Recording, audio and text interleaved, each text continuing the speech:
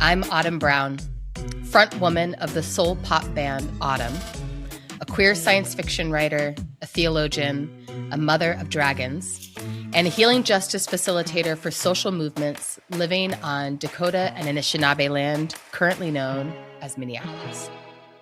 And I'm Adrienne Marie Brown, a luscious Black queer witch writer auntie, an apocalyptic love scholar, and a gardener of healing ideas.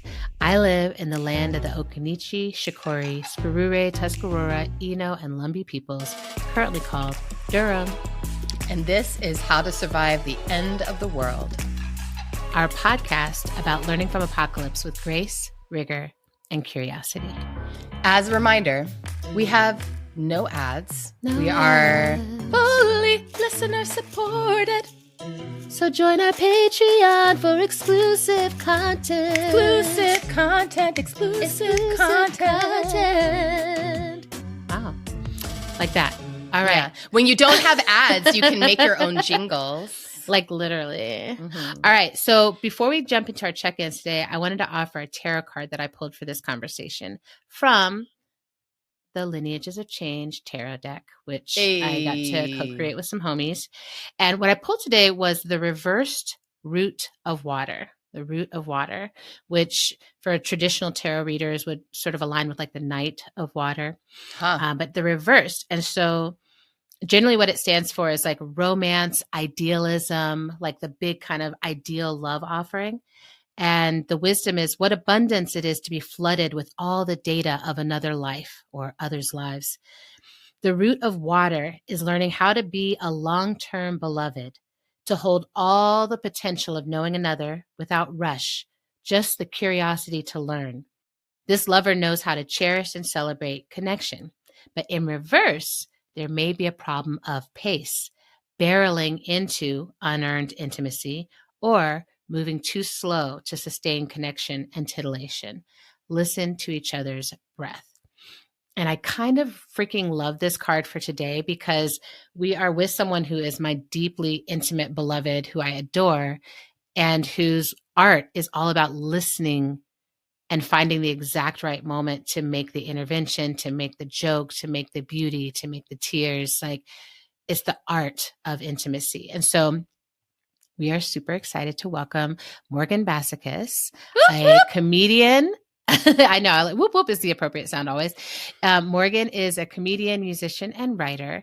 And I have known Morgan for a long time. I met Morgan as we healed and struggled together in generative somatics. Like we may have met before that, but that's where we really like deepened. And I have seen them command rooms from seedy dive bars to the Whitney.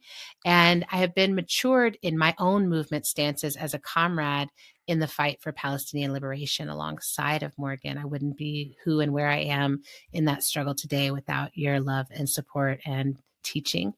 And I also, Morgan, think of us as co-muses who are constantly loving up the God in each other.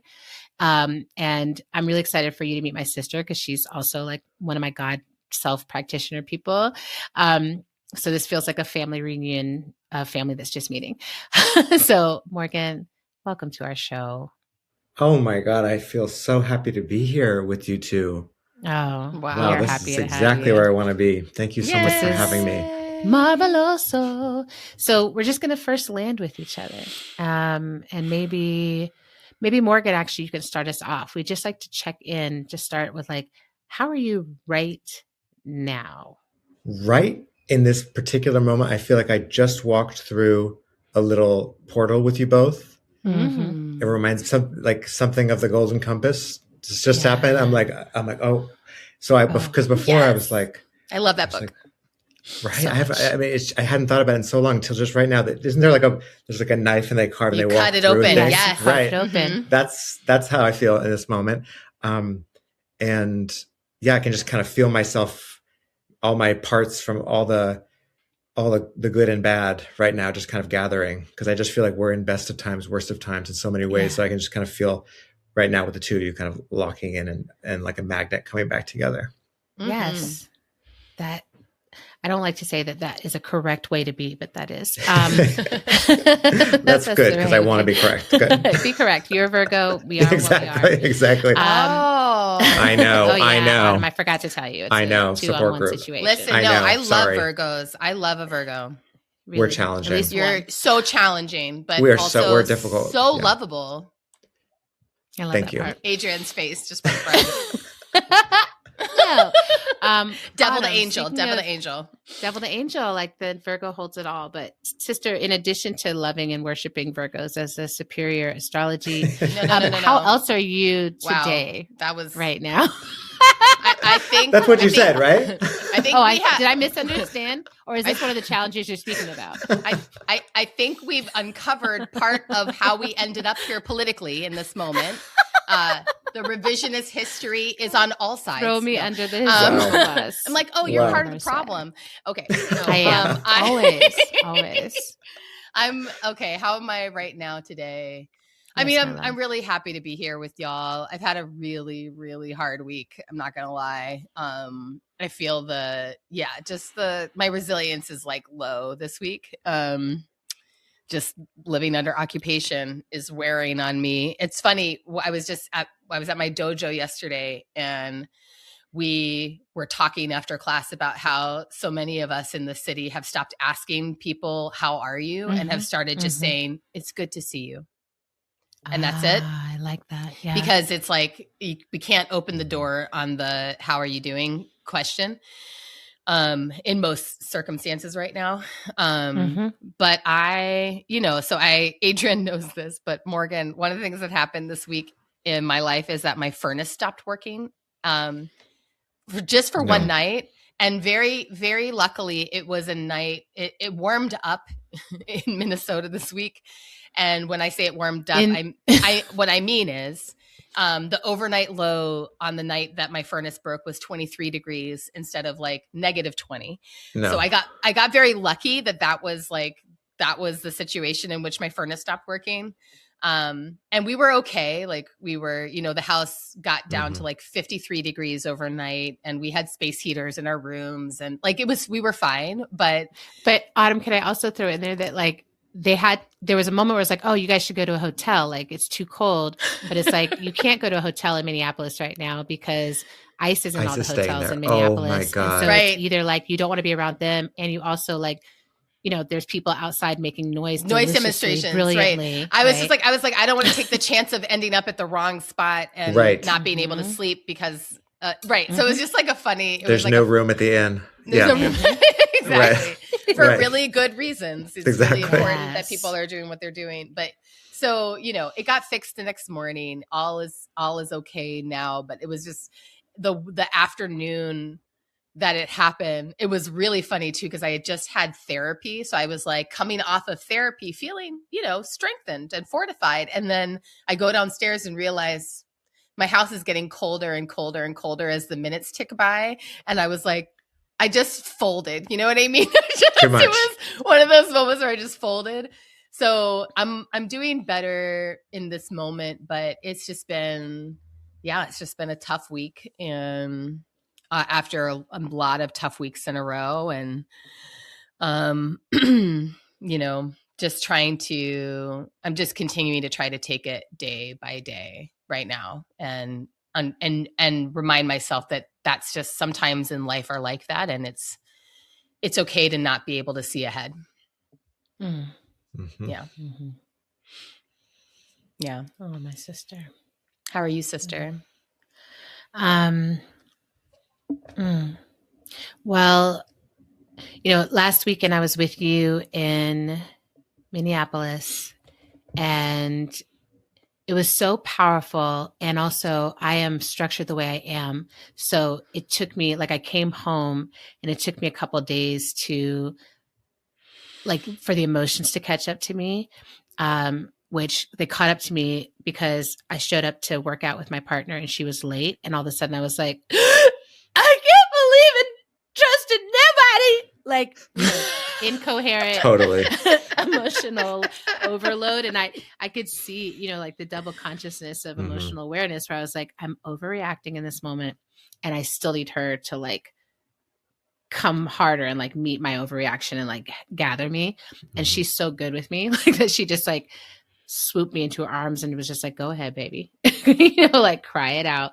And then, it's just able to feel like what it felt like to be there, which I've been writing about all week, trying to be like, I had to recognize like, I'm not a journalist, because I was like trying to write something very quickly about the experience of being there. And then I was like, I can't. It's so many people are there and writing coherently about it and all of that. And I will make my offer, but mostly I had to just be with it this week and just feel like, what does it feel to have gone in, to witness it, to have my mind blown open, my heart blown open, and then to have to leave you all in it because my life is here. And it was just like, oh, that is its own kind of feeling. And I keep thinking about, Minneapolis for me has brought up a lot of similar feelings to Palestine work for me, where it's just this secondary and tertiary and connected communal sense of like someone is in the epicenter of the harm and I am impacted by the harm. And I am also trying to figure out what my moves are. Right. And then heighten that by it being you all who are like, some of my very favorite people on earth. And some. Yes, just, A lot's coming out right now. I love that immediately. I was like, I have to justify this because that you guys are like my favorite people on earth, but there's other people listening. I mean, I guess there's other people that you let's linger here. Let's linger here. Let's parse this. And let's take it apart. Let's take it apart. Let's unpack. The other thing is like, because I was especially with the nibblings, right? I got really special moments with each one of the kiddos. And it's so powerful to witness how they are walking the tight line of like normal life inside of this moment and remembering like that's also what humans do. Right. And that's them teaching me like that's also what I have to do. Like both all exist at the same time. Yeah. But the big highlight of this week that I want to share with everyone is I did a yoga inversion, and I have this like little thing called a feed up stool that I got because the internet was like, this will help you do an inversion. Right. And it's just been sitting in the corner of my closet for years because I tried it once and I was like, nope, I can't do that. But Jessamine Stanley is an amazing yoga teacher. And she was like, just start putting your head down into it. Like do downward dog, put your head down in there and just keep trusting yourself. And then at some point I just sort of tipped myself up. And all of a sudden there I was. And now I'm hooked on it. I just want to do it every day. I'm like, do I want to look at social media? No, go get upside down. It's so good for your circulatory system. It feels so good. Wow, like my legs feel better. My heart feels better. I'm just like, oh, like I want to do this for the rest of my life. Yay. So that's my great news. And like I showed some friends came over for tea and I was like, can I show you guys what I can do? I literally was like, and of course I couldn't do it. It took like 3 tries, but then I was like, look, and they were able to be like, girl, we have watched you grow this strength and capacity. Like you couldn't do that a year ago and now you can. And so good job. There's a little good news in every day. Cool. That's very cool. Yeah. So that's where we are, how we are, here we are. Yeah. Morgan, can we interview you for a little bit now? Oh, it would be my honor. We have so many questions. It would be my honor.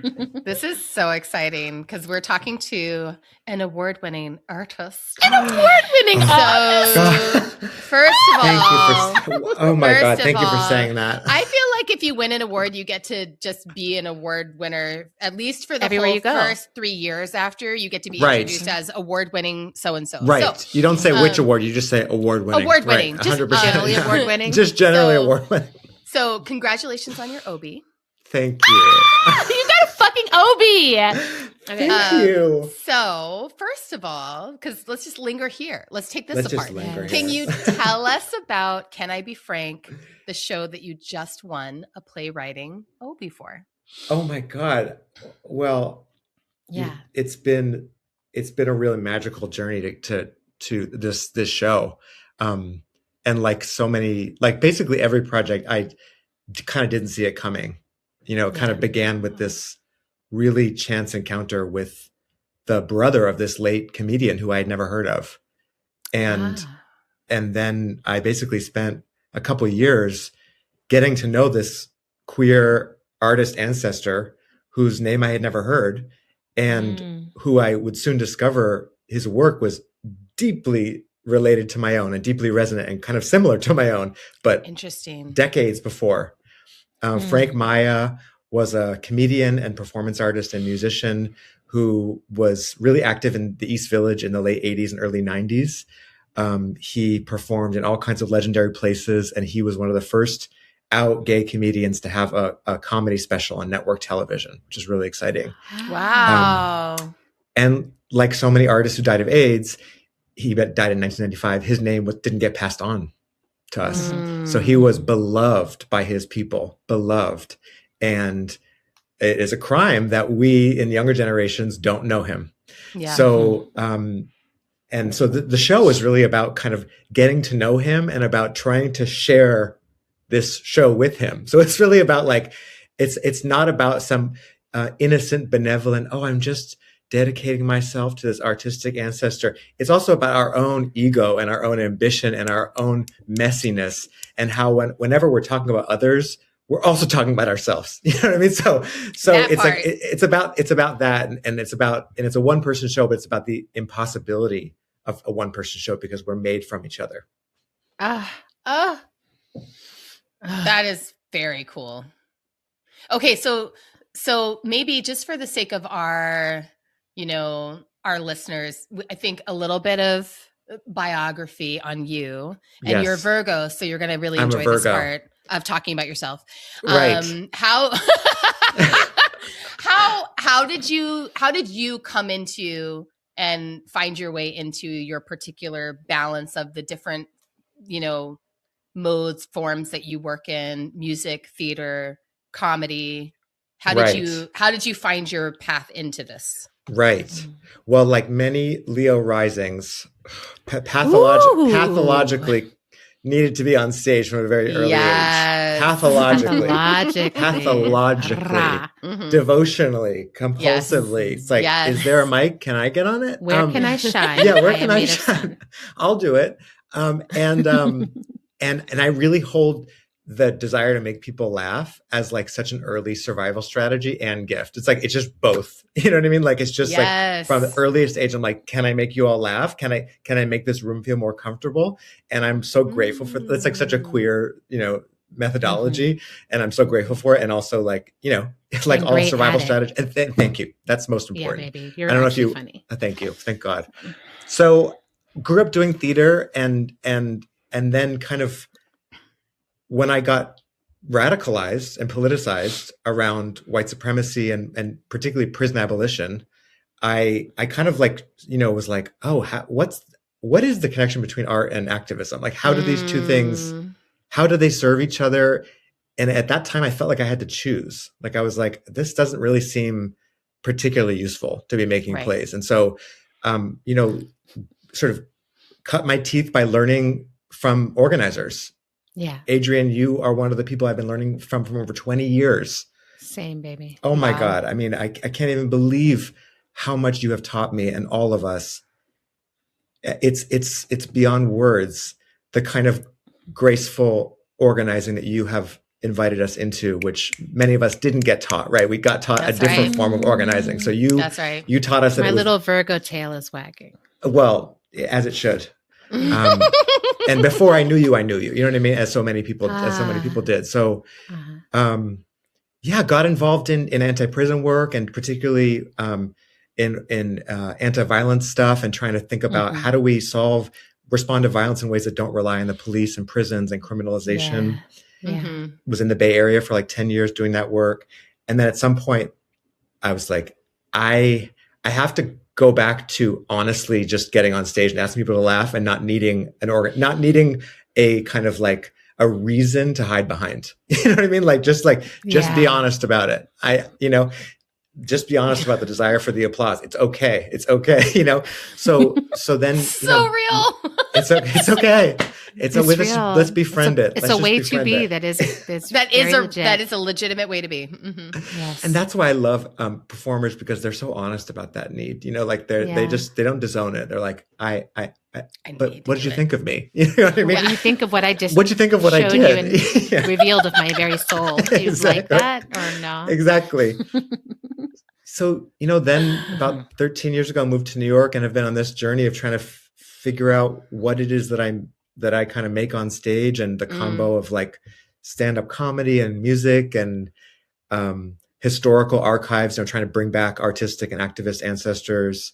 You can feel when you're in my shows that I've facilitated many, many groups. So you can feel that I'm kind of like, I have some facilitator energy in the room. And I, continue to be a member of Jewish Voice for Peace. So I think both strategies, there's no only two, but both strategies I find sacred and important. I love that.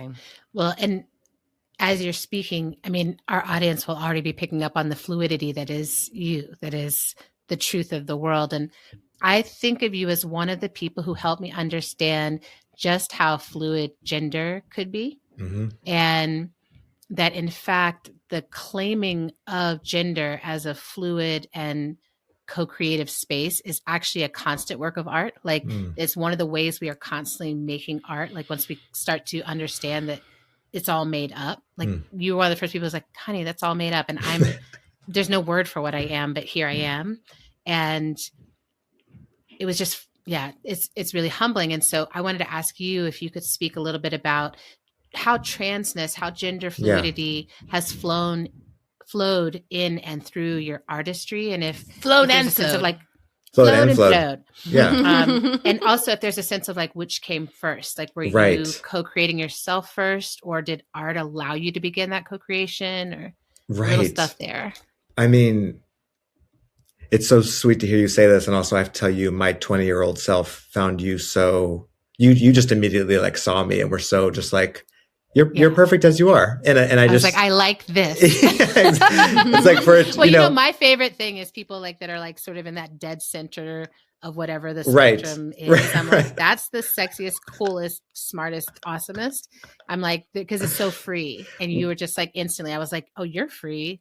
Tell me more. Well, it's like another example of one of the things I thought was wrong about me, that eventually we discover is not, like, I feel like that's the journey so many of us are on. It's like, oh, the thing I thought was a problem about me, the thing I was convinced was a liability, the thing that I was convinced would mean isolation, actually is a source, a major source of power and connection, wisdom, and flipping that from like, oh, I'm a problem because I kind of fail at every gender, to that's literally just right. Like it's just right. There's nowhere to get. Like there's kind of nowhere, growing up, you're like, people are always telling you you kind of have to fix your gender somehow. Like you need to move it in some direction that it's not where it's at right now. And it's uncomfortable, for people, for some of the adults in our lives, because they see this gender variant kid and they're like, and what they do is they project their fear onto us. And that fear comes out as judgment, and so, and to a kid, that just feels like judgment, so I feel like when I met other kind of like, whatever, the language has changed. So I met like non-binary, gender variant at some point, trans people. I was like, oh, we can just be betwixt and between. Yes. And that's and we, all beings are sacred, and all beings have access to certain wisdom, but there's wisdom in that place. There's wisdom in the betwixt and the between. And I do feel like that's in my art and my activism. I feel both those energies, the kind of like, there's ferocity, there's seduction, there's, what I mean? Like there's all of it's in there, and we get to have it all. We don't have to choose. Yeah. I really appreciate what you named too about the ways that like adults' fear shapes the experience of children. And I feel, raising children, I noticed this, even the fear of adults who are trying to be helpful, even that sort of the framework of like, it gets better. You know what I mean? It's like, there's a way that even that is transmitting the kind of like a fear-based narrative that also is, kind of trying to orient people to a destination, at which point they're supposed to feel like complete and whole and, Totally. and done with their development. So I really appreciate what you're naming about how that's actually not right. There is no destination for our development. And for you as a parent, I mean, my sister's a mother now. I just can't imagine what it's like to have little beings who you were trying to protect, you know, and how there's no way to do it perfectly. There's just no way to do it. There's no way to do it perfectly. So I just have like the utmost respect for everybody who's either being raised or raising. Yes. Well, and it's, I mean, the thing that you just said too, I feel like is it's good medicine for parents to keep in mind that also being a good parent isn't a destination, you know, that it's it's a practice and it's something that evolves through for me, I think the most important thing I do as a parent is apologize to my children. Right. Like by far, that is the most important part of my parenting is when I can model accountability to them.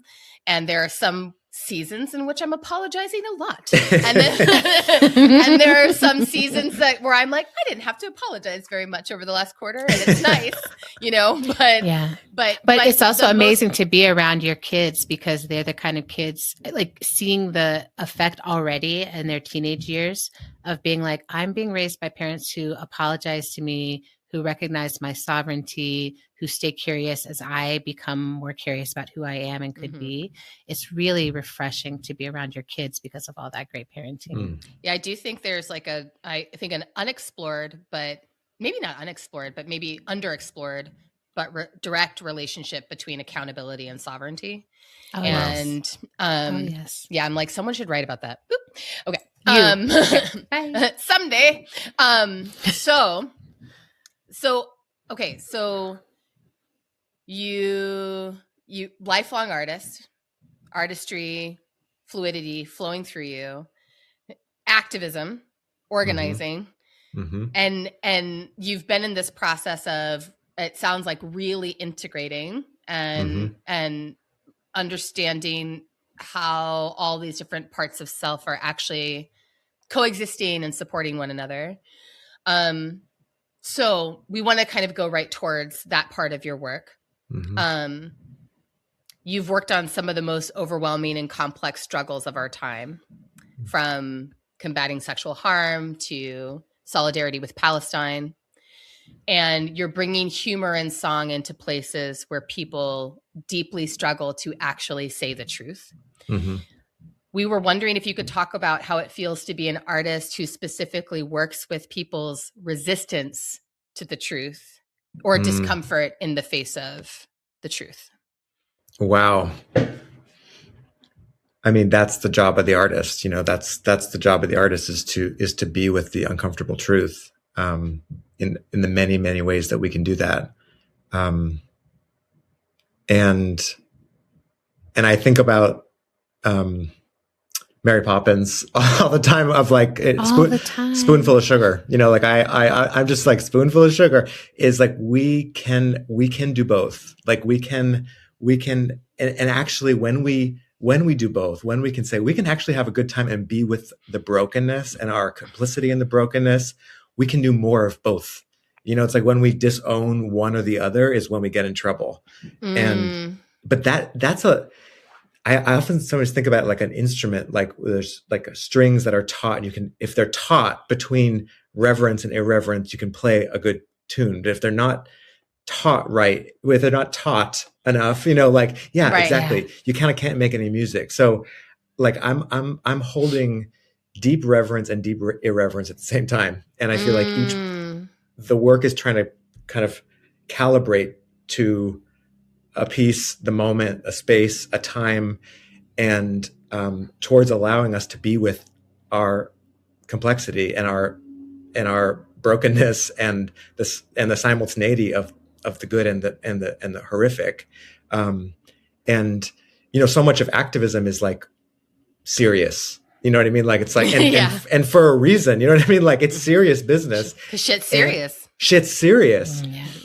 And I got to sit with an elder from SNCC, Dottie Zellner, who a couple of days ago, who's a JVP elder, and she said, "But what you don't know about the Mississippi Freedom Summer is that we were laughing the whole time." She said we were on the ground laughing, and I think that's like that really reminded me that the truth of us is that we're also laughing along the way. There in the worst of times we're laughing and trying to find something to find the joke in, and each project is an experiment of like, how do I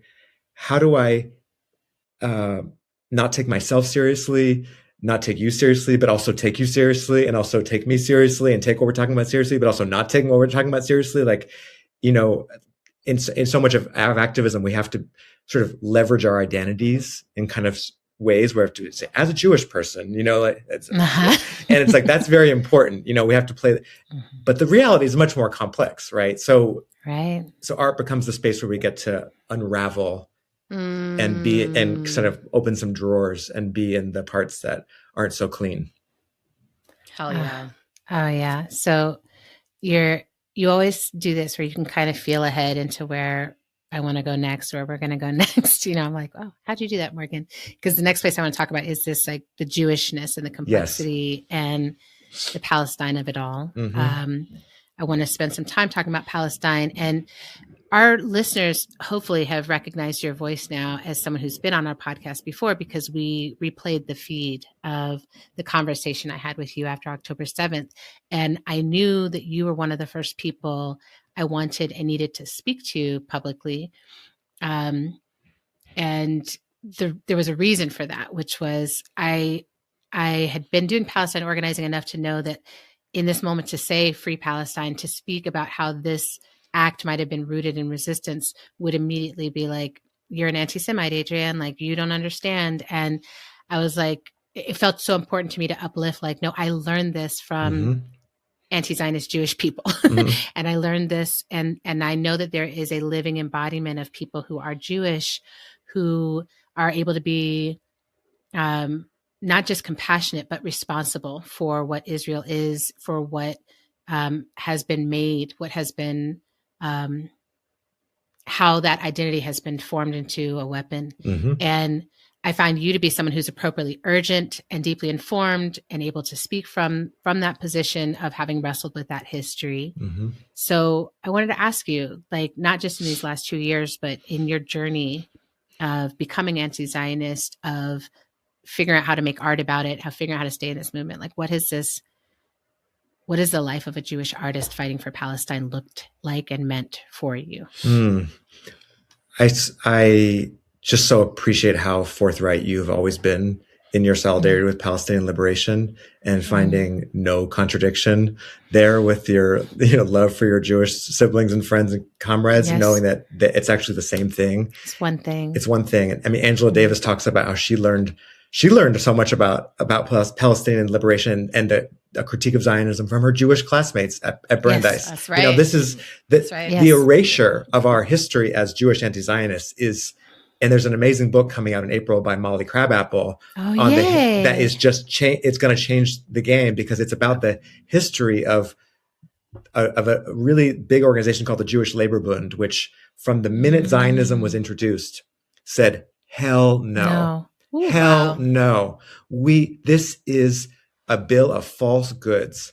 This is going to put us in enemy position with both the working class here in Eastern Europe and the indigenous people of Palestine. This makes no sense. Our fight is here where we live. And they have this word that she talks about of Doikheit, Yiddish, means here-ness. Like, where we live is our country. Don't tell us we need to all belong somewhere else. That's an anti-Semitic idea. That, literally. It's a very anti-Semitic idea to say all the Jews, you all need to go somewhere else. And when we start to learn about Zionism, we start to learn, this was actually introduced by anti-Semites. And some of its biggest champions are anti-Semites. And there's a reason why the Christian right is very Zionist, right? Because they also don't like Jews, Right. So they're like, please go away. Yeah, it's very convenient for them. The sooner you get back there, the sooner the world can end. Thank you. Literally, right? It's like, these are not your friends, my friends. So they're friends to none of us. They are friends to none of us. These are not the bedfellows you want. And I think I think for me, when I was younger, I looked up at a generation of organizers who were anti-prison and anti-war and anti-violence, and they were also anti-Zionist. And so I said, of course, if I want to be an anti-racist, if I want to be in this movement, I want to be against all forms of racism. And I'm among the lucky ones who I wasn't really brought up in the deep cult of Zionism. I was brought up in the cult of it's complicated, which is its own kind of cult. But other people have it to undergo like the deep unlearning of kind of like deep indoctrination. I didn't have to go through that. But what I did get was what Zionism claims to offer us, which is belonging. But what really gives us belonging is solidarity. What really gives us belonging is solidarity with all oppressed people everywhere without exception. Yes. And so when I saw that and started to meet Jewish anti-Zionists who I'm like, oh my God, I'm proud to come from you. Like I'm proud. There's a lineage I'm proud of here. It became so clear that we all have to do everything we can to disentangle Judaism and Zionism, and to say, no, you don't get to use our religion, our culture, our identities, our people, our tax dollars, our bodies, our histories, our trauma. You don't get to use those as a justification for occupation or genocide or colonialism. That harms Palestinians, and it also harms us. Yes. Beautiful. It dehumanizes us too. Yeah. So that's crystal clear. That's crystal clear. That's what we, in all of our different locations, that's what we're doing. That's what we're saying. How are you seeing, Morgan, how are you seeing art, making art, collaborating to make art, receiving art? How do you see it sustaining struggle and sustaining solidarity work, even inside of this context that we are currently in, where so many of the victories are actually either insufficient or not real, like just actual dishonesty? And, I can think of the work that's happening in Palestine, the ceasefire, so-called ceasefire in Palestine being a great example. Here in Minneapolis, the so-called drawdown of agents, which doesn't mean anything because the conditions continue to escalate. But I'm curious to know how you see, what role you see for art in sustaining the solidarity work, sustaining the struggle in those conditions. God. I just appreciate and feeling kind of what you just said of these false victories that actually mask ongoing and deepening violence. Yeah. Anyone who's paying attention to either Minneapolis or Palestine or Gaza or the West Bank sees the crisis only deepening. And in this country is littered with false solutions and false victories. And I do think the role of art is to fortify us through them, and and we're not going to get our fortification from the government, certainly, from the state. Like, we're going to get our fortification to keep going in this frankly endless marathon. I mean, that's the hard truth. It's like, this is not ending. Right. We're in a river of resistance that doesn't have an arrival point. And because there'll be something else to fight for, because there's always something to fight for. And we hope the conditions don't stay the same. We don't want to be facing the same problems, but the reality is, like, we're in the struggle, and I think the one thing art can do is fortify us, deeply fill our Gatorade cups in the soul way, and say, we even for this hour, we can feel our joy alongside our despair. And it's okay. It's okay to feel despair. It's actually human to feel despair. It's totally human to feel resignation. That's okay. And that doesn't mean we're not going to fight. So I feel like I see art as being fortifying. I see art as being a place where we can be with more complexity than we can be within in the tweet, sometimes, or in the bill or whatever. And I also see artists refusing to let their work be used to whitewash genocide. And that's really important. We don't just get to be window dressing for these institutions. Like we actually have a responsibility. And I any theater practitioners listening, I love you. And I'm talking to you. Do you know what I mean? Like it struck me that one of the first group of international artists to pick up the South African call for cultural boycott was playwrights. Hey. In 1953. Playwrights from the US and from the UK signed all these things saying, we will not let our plays be performed in segregated apartheid theaters. Wow. And so, and that really helps me. Like it's about the content of the work, but it's also about where we let the work go. Yeah. And I think PACB, the Palestinian Academic Cultural Boycott of Israel, is a gift. It's a gift to those of us in the US when we don't know what to do. It's actually been laid out really clear. We get to sign on to PACB. We actually get to. We're not without agency. We're not powerless. Yeah. So I think artists can also use our work and also our positions as artists to support the cultural boycott of these forces. Hell yeah. Yeah, I love that, Morgan. So much of what I've been reflecting on lately is haters don't make great art. And I don't mean like Kendrick style haters, because Kendrick style hate is rooted in like love, right? But I'm talking about like people who are actually like supremacist haters. They don't make good art. Right. And it's, because you have to be willing to step outside of what already exists to make good art. You have to be willing to touch into what is true to make good art. So you can't be like, good art doesn't come from falseness and lies. It comes from like touching into truths that are universal.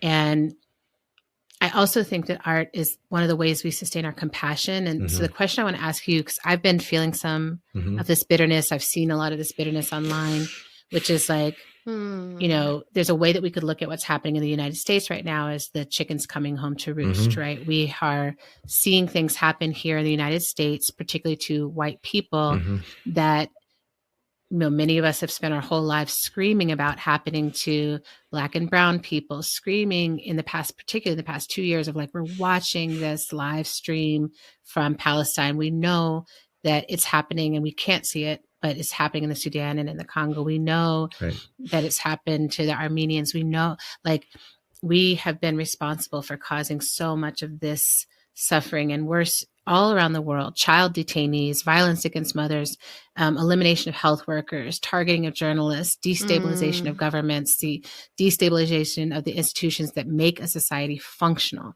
the chaos, the authoritarianism. This isn't the first time we've seen these patterns, but there's a sense that as it comes home, more and more people are like, oh my God, this is not okay. Oh my God, we've got to do something. There is injustice, and it's like just the surprise of it, right? Right. And the surprise of it, which is like, why does it always have to come through your actual door to the people who you recognize as yours, And I mean, we are people who have not only seen this coming, but like written books about it, read books about it, studied it for years. Made a podcast about it. About it. Like, we really have been like shouting from the rooftops. And so in this moment, I know that it's not useful to meet those people's awakening energy with like, what the fuck? Why are you late? Like, what the fuck? Where was your compassion? Like, but that is in me. This like, your response has been fatal for my people. Your response has been really fatal and violent for the world. And how do we, how do you keep tapping into compassion in that space? Like, how do you do it? Because I feel like you just continuously keep bringing offers that are clearly from and towards compassion. How? Well, I so relate to those feelings, and I have those feelings too. And I can't imagine, like, they're just so deeply appropriate to be like, so now, and rage, resentment, disgust, bitterness, like, again, human stuff, like, makes sense. And we're allowed to feel that stuff. It's like, there's no thing that says that we have to be these perfect beings who don't feel any of those feelings to be committed to building a big movement. And this is why we have to do organizing together. It's not enough to do it as individuals. We have to create on-ramps for people to divest from these systems and join movement. That's our job as organizers. And it's not everybody's job. Like, I understand like that. Like, not everybody is like, that's the work I want to do. And I respect that. I'm not like, everybody out here needs to be making on-ramps. But those of us who feel called to it, who are like, we need a movement that gets bigger and bigger and bigger. We need doors and windows that everybody can walk through, no matter when you arrived. We need to meet you where you are. This is what Serge says, but not leave you where you're at. Right? We I like that. And it's because we know that shaming people only lasts so long. You know, like, I can shame you into maybe coming to a protest, but I can't really shame you into like being involved for life. I can't really shame you into like doing the difficult work of sitting through a million meetings and conflict with people. And it doesn't work. What brings people into movement is we need you, and it's okay. And be who you are. And we all get to grow. None of us are perfect here. And there's a role for everybody, and there's a way for everybody to plug in, and it's not about you. And it's okay that you feel like it's about you, because we all do. You know what I mean? Like, and so our job, you know, for me, I think about my job is to organize Jews away from Zionism and white supremacy. And part of that is we don't have the luxury of saying, you guys were late and we're the good ones. And that means we're not going to talk to you. And because we've always been on the right side. It's like, yeah, great. That and a bag of chips, whatever the expression is, like, that's not going to get us very far. We need. Well, and Morgan, that piece right there, I mean, I'm glad you just said that, because that's actually that keeps coming. I keep having to come back to like my own before. Right. And I keep thinking about that I'm like, I had a before. I had a time when I was still in the cult of not understanding this, and while being like invested and participating in causing harm, I wasn't even clocking. Like, that's all by design. You know, and I had to remember that like the world is designed for me to not see this. It's a miracle that I do. It's a miracle each time someone else does. Right. Yeah. And that and a bag of chips. That and a bag of chips. But it's painful, right? I mean, because so painful. I see it. I felt it when you see people speaking up against these ICE executions, as they should be. Yes. As they should be. And then you're like, wow. So when it was Palestinians in Gaza being executed, the compassion couldn't reach them. Like they didn't get, so they were not in the circle of who deserves life and who's grievable. Yeah. Yeah. And our job is to widen those circles. Like, I mean, that's, you know, and our job is to say what Ruthie Gilmore teaches us, where life is precious. And that if you come in with one complaint and one grievance, we're going to connect that complaint and that grievance to the whole system. Beautiful. Hell yeah. Thank you. I really, really appreciate this, Morgan. The thought that just got prompted in me is that like the feeling of, and I feel like maybe we've been kind of like, Adrian, I feel like you and I have talked about this, sort of talked around it for years now, but it's like the feeling that I can remain like attached to my ideological purity is actually usually an indicator that I don't have the political power that I need to have to act on my ideas. You know, right. It's like, wow, slow that down and say it again. Yeah, literally, please. I'm working it out. I'm working it out. Ding, ding, ding. It out live. Ding. That feeling that I can commit or remain committed to and kind of rigid in my ideological purity is an indicator that I do not have the political power to act on my ideas. Oof. Whoa. Yeah, that's it.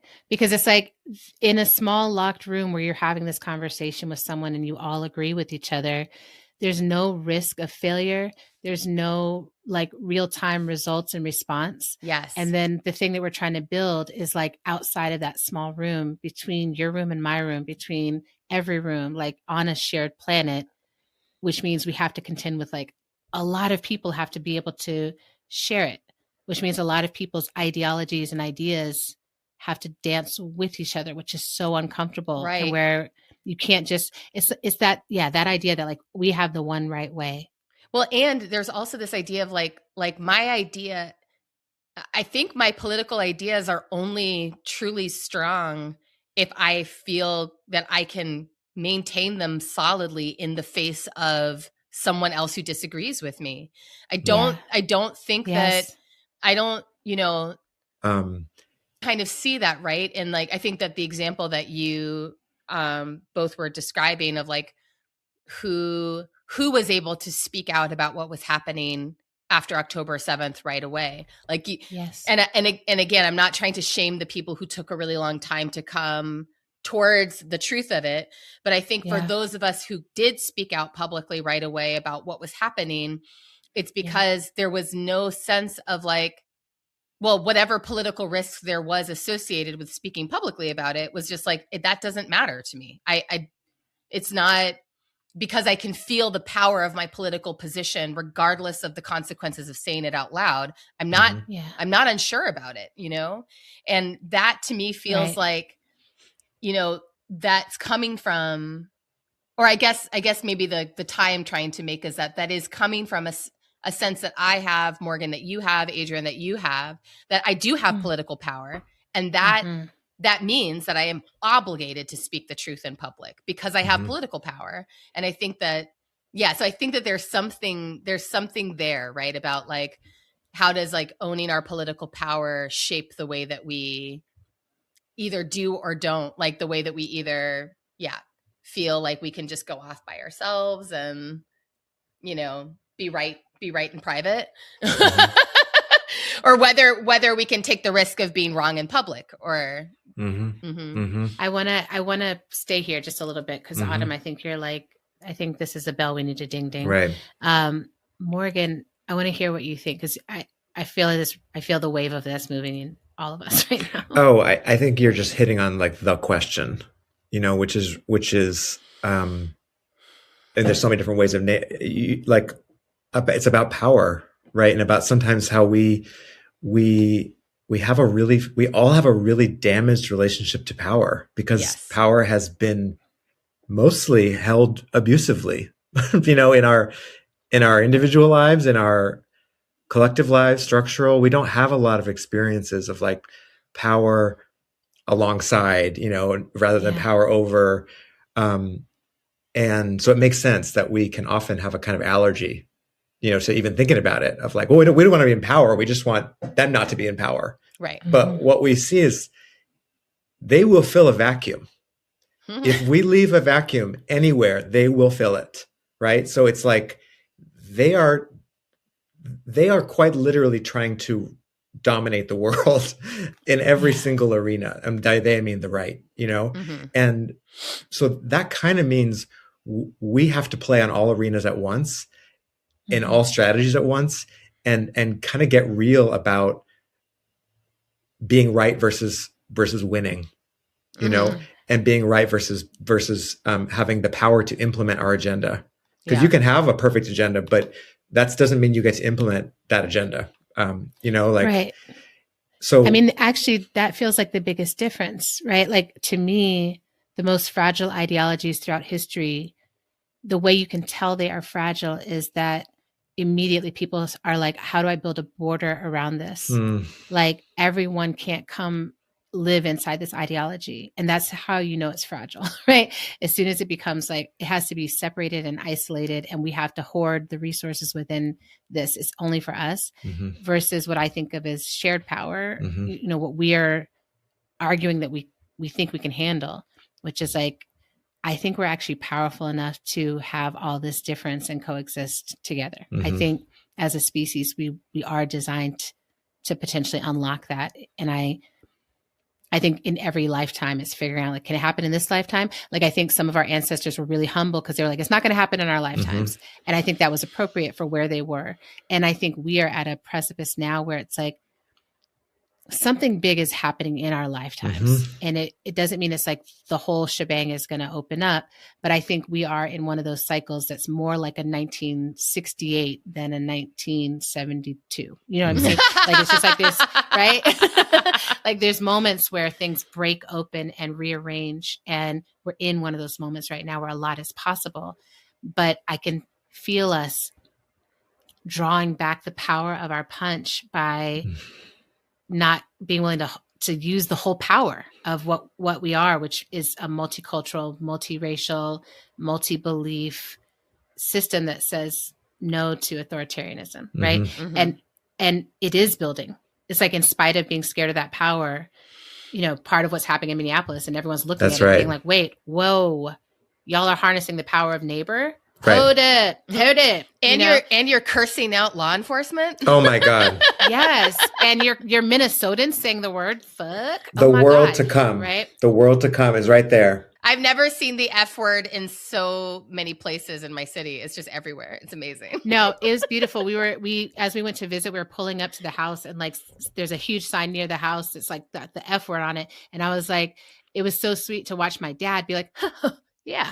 You know, like, just like, that's, you know, my dad, who is like, who never curses. Say curse words. He will not. Wow. But even he, I was like, you're the Minnesotan of life too. And it's like, there's a power of that resistance, and that being able to just draw a hard line together. But it's not a power of ideology purism, because one of the things, like you keep telling us, Autumn, is like, it's not like you guys are going door to door and being like, do you believe in our vision of socialist, feminist, you know, whatever. That's not it. It's just sort of like, you're my neighbor, you matter to me, you're precious to me, and I will fight for you. That's it. And that's all it is.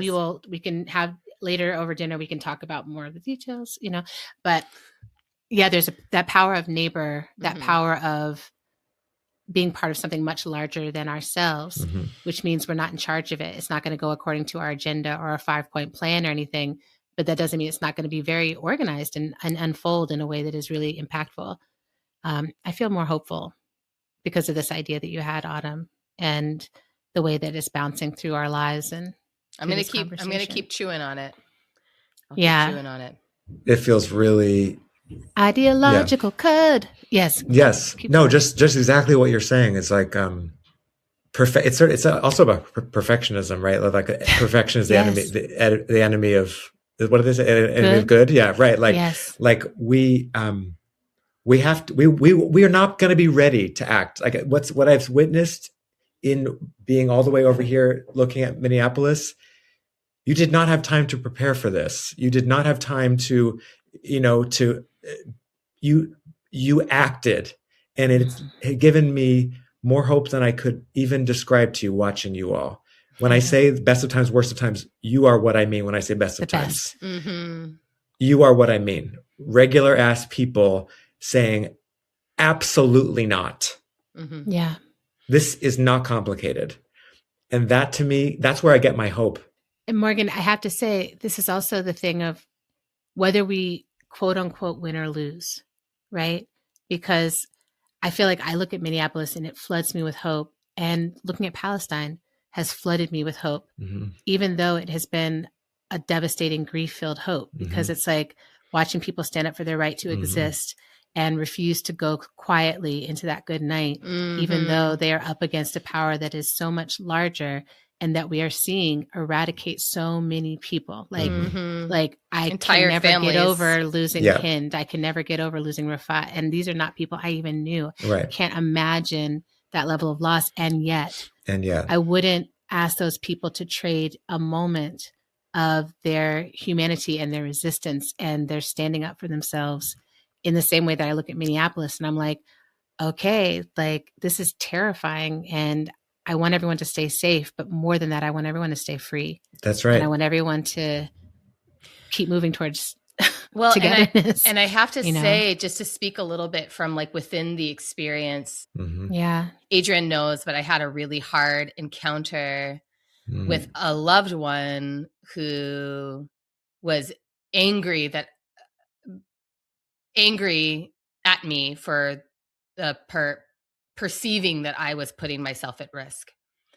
And And I had to really, dig deep on a number of levels in that, and dig deep into my own sort of like, what do I take seriously that it is that my primary responsibility at this time is to protect my children and protect their psychological safety. And I am in a constant like evolving relationship of my own risk in relationship to their risk.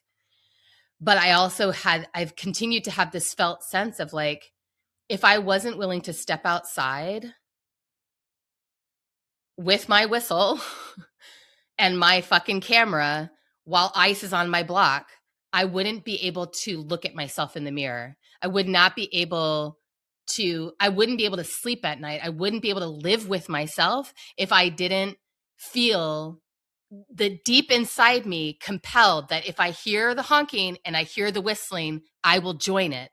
That's right. And that, I think, like the discovery for me, it's actually been also the thing that fills me with hope is like, I see it happening all over the city, and I can feel within myself the thing that I believed to be true about me, I hoped would be true about me, I am discovering is true about me.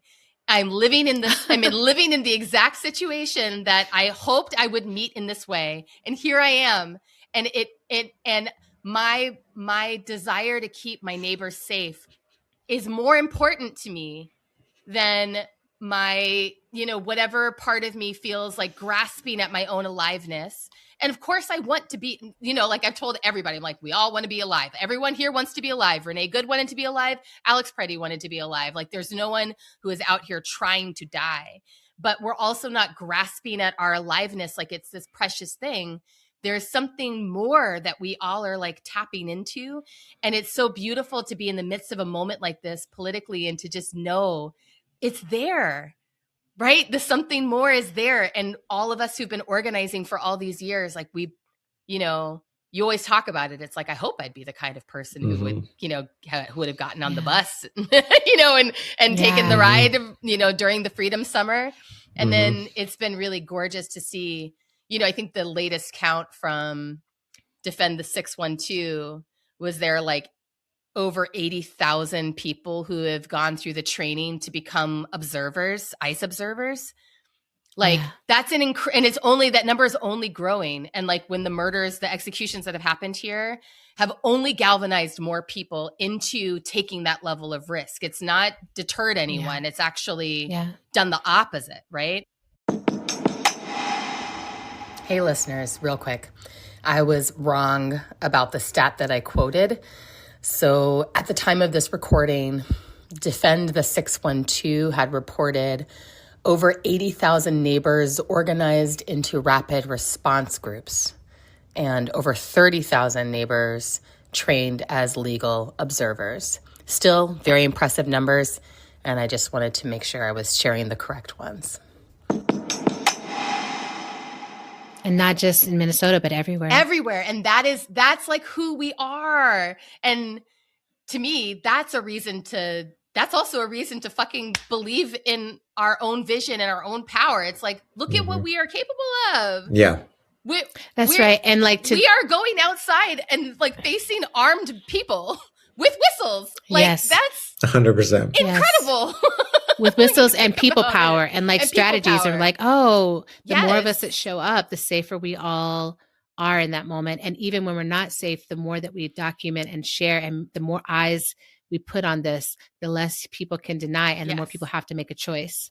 Which side are you on? And it's like, which I think is what the artist also does. It's like, which side are you on, people? Which side are you on, my people? Right. So it's just, it's beautiful. It's beautiful to get to feel what this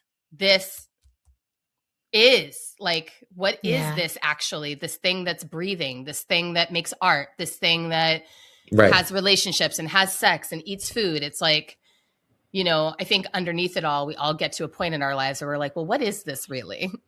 Yeah. Just deep yes to every single thing you just said. And I felt Adrienne and I both like so moved, like when we can RSVP, like we're RSVPing, you said the noise is outside your RSVP. RSVP. Yes. Yes. That's when you enter this is a good life. This is a life well lived. You know, Yes, like that's when you enter like, oh, we're here. And I feel like right now, part of our job as whatever, people trying to be awake, trying to be a part of some flow towards liberation, we have to look for opportunities to RSVP. And they're not going to all look the same. They're not going to all look like ISIS in the street. It's going to look different in every moment where we say, you know what? Yes, this makes me uncomfortable, but I can show up to it. And it's a very different situation. But I saw 100,000 people knock on doors, millions of doors, to elect the first immigrant Muslim socialist mayor of New York City. New York City. Gosh. So anything is possible, you know? And I think part of our job is to RSVP when it comes to our door, whatever it looks like. And then also to keep our eyes militantly focused on those who are showing up. We don't get to be like, oh, I'm just watching MSNBC and it seems like really bad out there. It's like, but look at the people taking the risk. And that's what Palestinians have showed us for over 70 years. Yes. Samud, steadfastness. We're trying to have like a fingernail of the steadfastness of Palestinians who've been resisting Nakba for generations. So we RSVP in our imperfect ways, and we keep our eyes trained on one another who are RSVPing. Shake these bones, shake these bones, shake these bones, shake these bones, shake. My spirit is so full. Oh my gosh, this is good.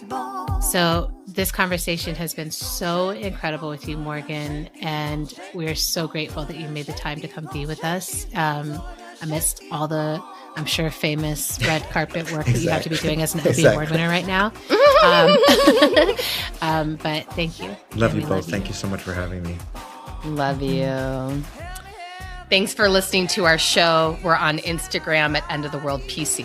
You can make a sustaining donation to our show by visiting our page at patreon.com/endoftheworldshow. If you become a patron, or if you're one already, you'll get our show Inside a Show, Top Culture, on Monday after we release this Friday episode. And you don't want to miss Morgan's Top Culture. Truly. Another incredible thing you can do to help our show sustain itself is to write us a review on Apple Podcasts if you're an iPhone person. This helps people looking for good new content to find us. How to Survive the End of the World is produced and edited by the sharp and skillful Zach Rosen. Transcripts are in our show notes and on our website at endoftheworldshow.org. Special thanks to Samira Abdurrahman for getting us together. Music for today's show comes from Autumn, the band, Tunde Alaniran, Mother Cyborg, and the Banksons. End show. End show.